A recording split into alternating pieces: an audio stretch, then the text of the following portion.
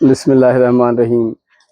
इंसान जितनी भी तरक्की की मनाजिल तय कर ले, चाँद पे चला जाए चाहे सूरज पे भी चला जाए, लेकिन जो नेचर है, जो कुदरत है, उसका मुकाबला नहीं किया जा सकता।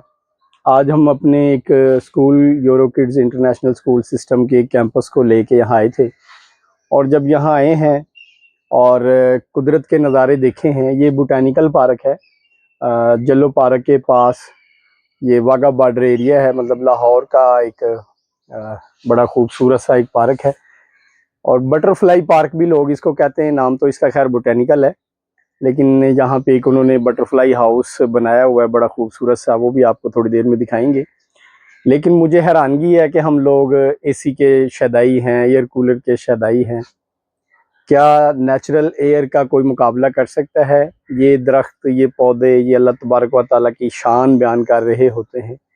ये ठंडी और तरोताज़ा जो हवाएं हैं, मुझे नहीं लगता इसका कोई मुतबादल होता होगा। लोग यूरोप जाते हैं, फिर क्या करते हैं जी, अब स्विट्ज़रलैंड चलो। और भाई, अगर घास फूस पे ज़िंदगी गुजारनी है तो मान क्यों नहीं लेते कि साइंस जितनी भी तरक्की कर जाए, नेचुरल चीज़ों का मुकाबला नहीं कर सकते।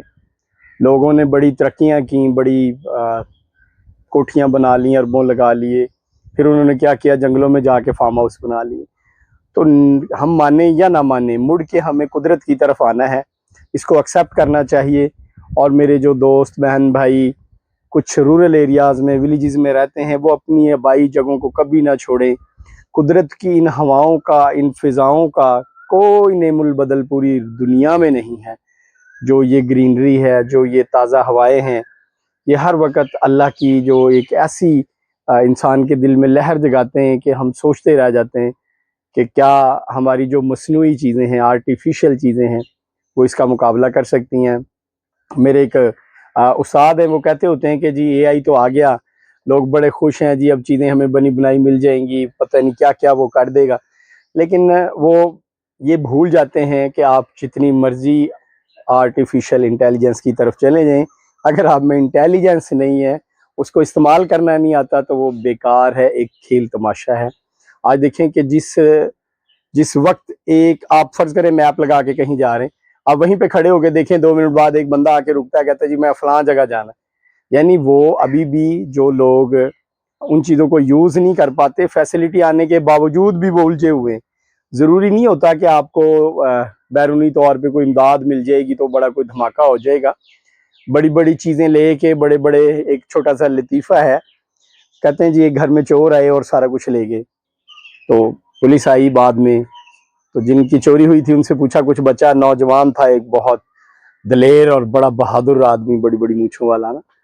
तो वो कहते हैं जी बचना क्या था, एक चीज़ मैं छुप गया और एक चीज़ थी वो मैंने बस बचा ली, बाकी मेरा सारा कुछ लूट लाट के ले गए। तो वो पुलिस इंस्पेक्टर बड़ा तजस्सुस में आया कि चलो यार, इसने कुछ तो बहादुरी की।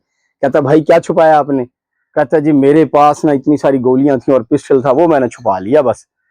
वो लानत है भाई तेरे ऊपर, जब तेरे पास पिस्टल भी है, तू छुप भी गया, गोलियां भी हैं, और सामान तेरा चोरी हो गया, चूल्हे में जाए, वो बंदा बच के कैसे गया जो चोर था?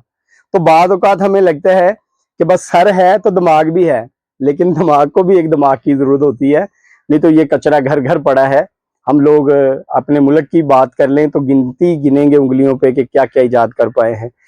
तो मुझे लगता है आप जितना भी नेचर से दूर भाग लें, एसी लगा लें, हवाई जहाज इजाद कर लें, चांद गाड़ियां बना लें, आ जाके ये जो नेचुरल ब्यूटी है इसका मुकाबला नहीं कर सकते। ये जो ताज़ा हवाएं, ये जो पौधे, ये ट्रीज, ये खुशबुएं, ये लहरें, ये परिंदों की चहचहाहट, कौवों की आवाज़ें, चिड़ियों की आवाज़ें, इसका मुकाबला कोई नहीं कर सकता। मैं तो एंड पे बस इतना कहूँगा, अल्हम्दुलिल्लाहि रब्बिल आलमीन।